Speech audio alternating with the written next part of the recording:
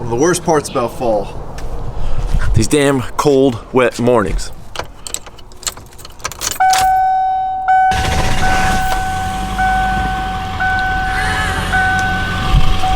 Anyway, what's up guys? Welcome back to another video. I feel like it's been way too long since I've taken you guys over to the construction site and let you check out at least the flagship project. You know, you guys have kind of been there. I don't necessarily know about from the beginning. I've been filming from the beginning, but I haven't been vlogging there from the beginning. So you guys have been there throughout a lot of stages of the progress or of the process, whatever. But today is a big day. Today is the day the pool gets gun-eyed, and I think it's a really cool process, and I think it's something that a lot of people don't necessarily get to see or don't really comprehend. You know, like my buddy Ryan was asking me the other day, he's like, how do they make a pool? So I think we ought to dedicate this video to that. Let's show you guys how you make a pool. I mean, we got the perfect pool over at the flagship project. This thing is massive. So we're gonna jet over there right now, guys, give you guys an update. We've got a lot of cool shit going on over there. I mean, the roof is pretty much almost done. A lot of windows are in, doors are in. So we're gonna show you guys in 2 shakes of a lamb's tail. All right, we just pulled up, and the shitty part about this truck, like I told you guys, I keep breaking door handles. I've broke door handle number 4. I know I need to get inside the door and fix up some shit. So thank you guys for all the suggestions down in the comments. But I seem to always pull up and shut the truck off before remembering that I need to roll the window down and open it from the outside, which is annoying, but you know, it is what it is. So another thing I hate about these fall mornings is just how cold it is for about the first hour you're at work. Obviously, once you start working, you warm up, so you gotta kind of layer up. I had to put a jacket on right now because it's cold out here. But you kind of got to layer up, and then within an hour of working, you're stripping off layers. It's hot. It sucks. I want a consistent temperature all the way through. So the sun at this property definitely doesn't cooperate in the mornings when it comes to filming the front of the building. But as you guys can see, the front has definitely changed. We've got the big steel eyebrow on the front. We've got all of those outriggers, like decorative outriggers, all framed in. I think you guys saw in the last video, we're just getting 1 or 2 of those up. Like I said, the roof is all framed. Everything's pretty much ready to go in terms of now it's time to finish up. There's going to be hardy siding on the entire building except for these columns and maybe 2 walls that are going to get stucco. So all 3 of these big columns you see protruding past the roof, those are all getting stucco. But you really get a good idea now of what the, I guess, final outcome of the building is, just how nice these decorative features are and what a staple it really is going to be on this property. There's nothing else like it in the area. You know, it's really a one-of-a-kind building. It's gonna be a beautiful piece when it's fully done. So we'll come on over here up into the main building, and as you guys can see, we're all studded out for drywall. This is it's a big change. Also, if you guys see behind me here, we've got a bunch of windows going in. We've got all the steel structure here, the big steel eyebrow out front that I'll show you guys when we go out front in a second. But yeah, pretty much it's gonna be like the rec room, gym, kids area, all that's gonna happen in this room. So this is the main building pretty much. Then if we come over to, I guess, the building opposing this building, which would be across the breezeway here, these would be the men's and women's bathrooms. It's a little bit dark in here, but you guys can see we still keep the radius roof. All the radius roofs here are going to be exposed, so everybody will be able to kind of take in the glory of what are really expensive beams. Over here on the other side, same thing, just opposing bathroom. Got some scaffolding in the way. Drywall guys are up in here doing their thing. So if we bring you on over, I don't know how much of this I've toured before. I feel like I've walked through this, but there's a lot of you guys that are new to my videos and new to this project. So I'll give you guys another kind of full tour, and you know, it'll probably make more sense to the people that have seen it before now that, you know, there's drywall in and you can kind of get an idea of the lay of the land. So this area here is going to be the, I guess, the laundromat, the laundry room. So there's going to be a ton of wash machines along this side, and then back behind me over here is where all the dryers are going to go. Now this, when you start getting into commercial construction, you have to really kind of plan out the infrastructure. So this room right here is pretty much entirely dedicated just to being able to service all of the toilets. These are all the vents, all the water lines going to the toilets. It's pretty much just a service corridor. So, you know, this is the kind of stuff that you kind of have to plan for when designing a commercial space. So then if we walk over here, now we're kind of a little ways away from the main building behind me there. This is the, it's gonna be just dedicated for pool equipment. So all the heaters, the filters, pretty much everything pool equipment wise, the pumps, they're all going in this building. This is specifically what this building was built for. You can see all of the equipment here ready to go in. But yeah, I mean, all these windows are staying open to vent out all the chlorine gases and all that. So it's just one big block building just for pool equipment.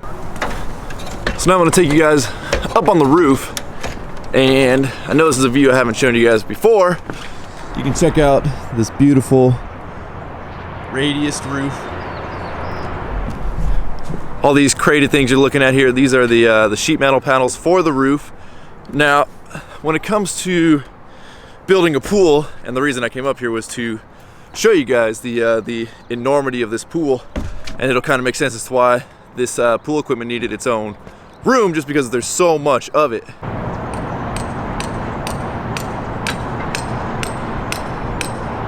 So you guys can see just how large the pool is. I don't know how much is showing up behind me because it's in a big shadow of the building right now, which kind of sucks for filming, but it is what it is. So, you know, we sub out all the pool work. We don't do that in-house. You know, it's just one of those dedicated things that it's better to let pool guys handle that. The Gunite guys are kind of setting the screed points, getting all kinds of things ready before the trucks start rolling in and Gunite starts flowing. It's a lot of prep work. Everything is prep work because once the trucks are here, there's not a whole lot of time you get to kind of hang out and try and figure shit out. So you want to get everything knocked out, prepped, and ready. So when they show up, it's just go, go, go, go, go until this entire thing is Gunited. So in terms of the process of building a pool, you guys will, I'll show you guys some quadcopter footage in a minute and kind of walk you through the process. But so basically you come in, obviously, you mark out where your pool's going. Obviously this is all have plans and everything's been surveyed, so especially with something this large, you don't want to put it in the wrong spot. So you mark out where the pool's going, come in, and you start to dig. Well, once this pool was dug, they came in and soils tested the bottom of the pool for compaction, and it didn't meet the compaction level that the soils engineer wanted. So then they had to come in and over dig the pool and dig down deeper than what the depth of the pool is going to be. Pull all that dirt out, then slowly put it back in and recompact it until they got a good enough compaction report on the bottom of the pool that it will support the weight of the water and the gunite and the concrete and all that. Even though the soils engineer has already stated that the dirt we took out of here is going to be heavier than what's getting put back in, which is weird, but he's already stated that. Anyways. So once it's dug out, then they come in and dig all the plumbing trenches. So you guys can see all these white pipes sticking up. That's going to be for filters, for the recirculation, for the pumps, for the fill lines, for the skimmers, for all that stuff. So they come in and dig all of the trenching for that and run all the equipment back to the pool equipment room. So there's pipes all along under this ground that are running to the pool equipment room. Then after that is all past inspection, they come in, backfill all the trenches that they dug. Now it's time for rebar. So you guys can see just the amount of rebar that goes into a pool. It's all bent up. There's really not too much for form wise, I guess. The dirt becomes a form, but you pretty much just need, or at least they go off of, only having about, I don't know, 8 inches of decent shape to the top of the pool. Everything else gets buried. So they just need to carry, the top of the pool needs to be right for the coping. So they come in, set the rebar, get everything ready, everything is in place and inspected and good to go. As you guys can see, they're still doing their final checks, making sure the depths are good, everything's going to work out. And then, you know, once you get to that point, it's time for gunite. So what gunite is it's almost like concrete, not quite, but it gets shot on kind of like stucco.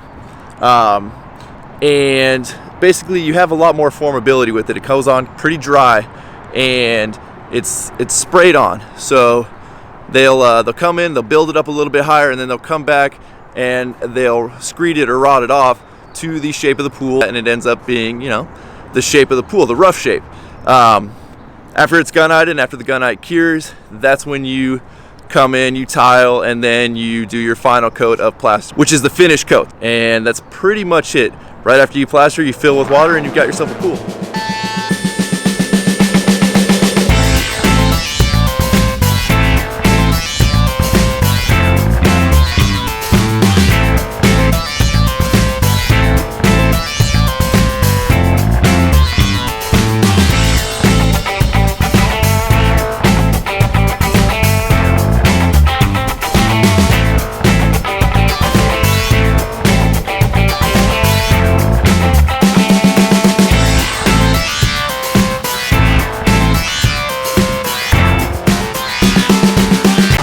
Guniting or shotcreting a pool is it's a real slow process. You know, these guys have to keep checking the grades, as they're going, because all of the I guess slope of the pool or fall of the pool into it needs to be precise. The pool's this big, and when they're in a public space, they aren't only inspected by the building inspector, they're inspected by the health department as well. So everything's going to come, and they're going to make sure that, you know, the percentage of the fall of all the angles coming down into the pool are correct.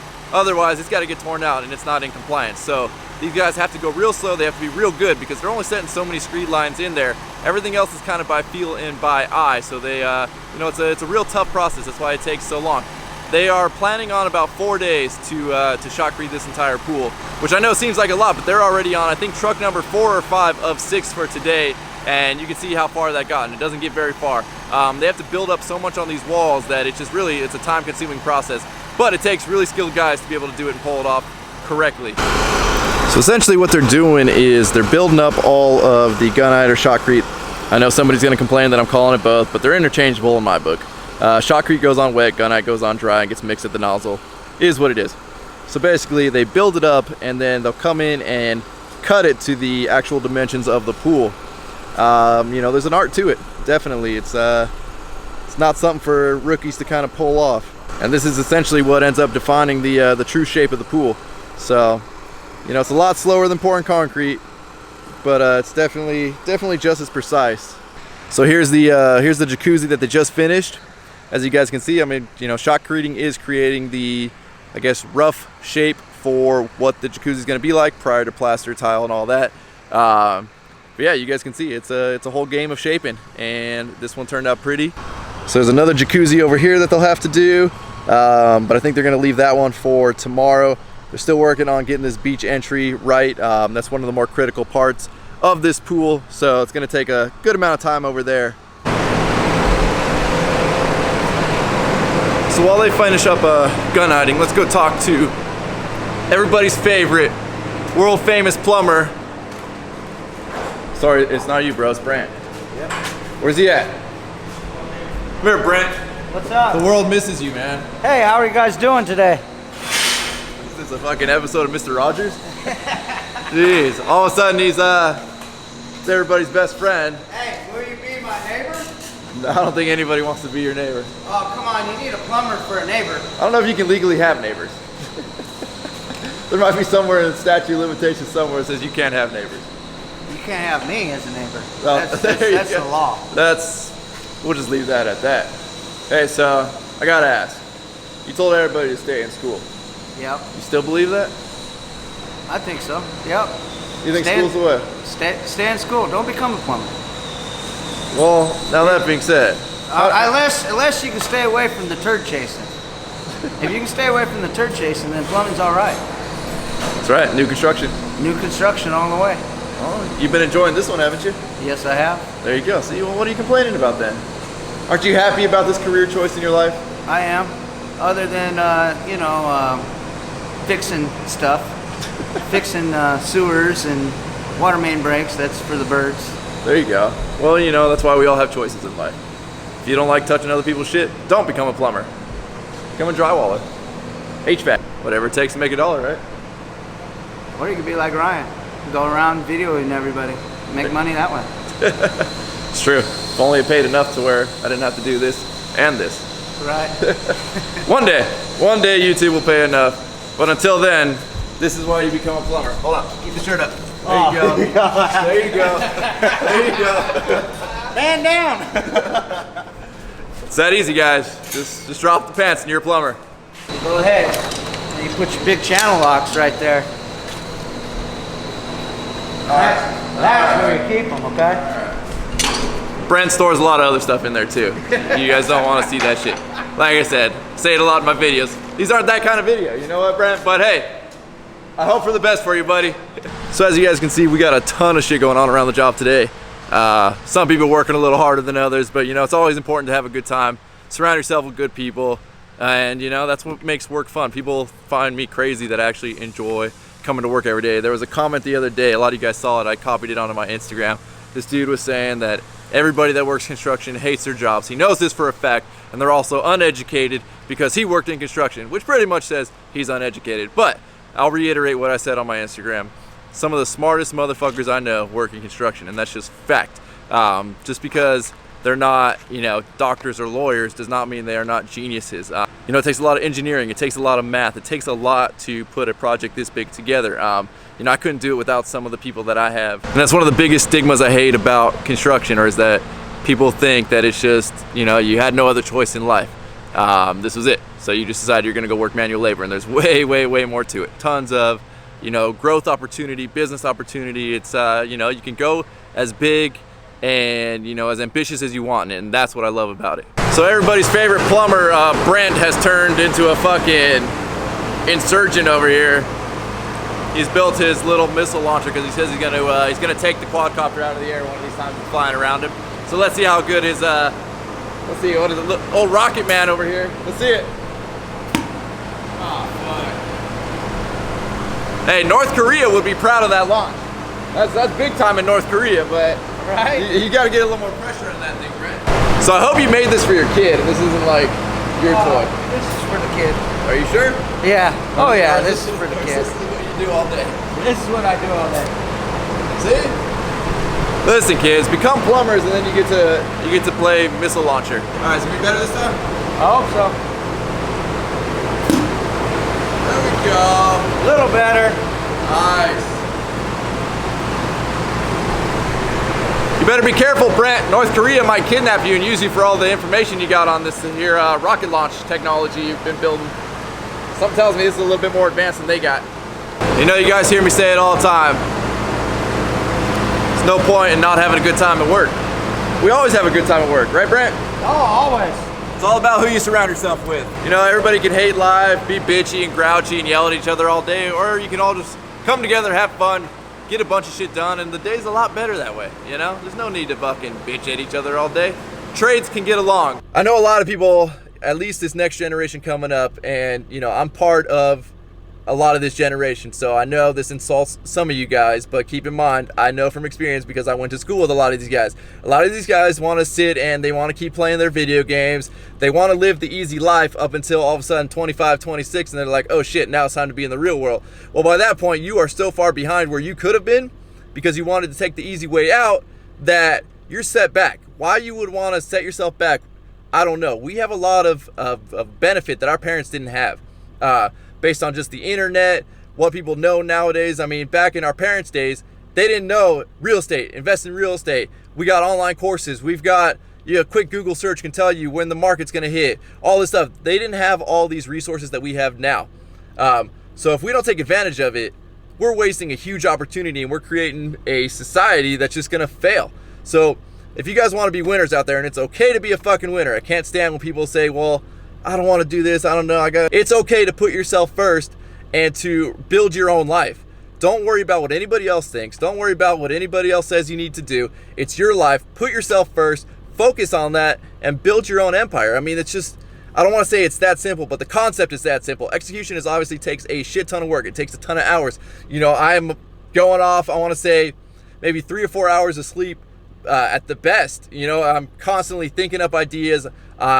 Hitting manufacturers up for the WORKFORIT apparel, running numbers for job sites, editing YouTube videos, I'm uploading YouTube videos, I'm responding to comments, messages, emails. It's hard to keep up with all that, but I wouldn't have it any other way because I truly do enjoy it, and I feel like if I don't do it now, I'm wasting a lot of opportunity.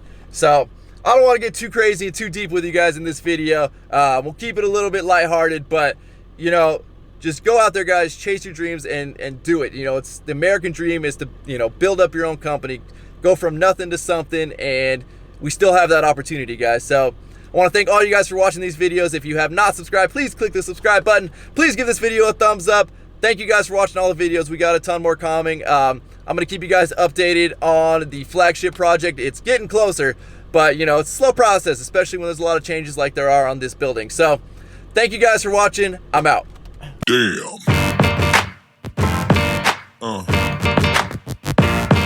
Yeah. Yeah.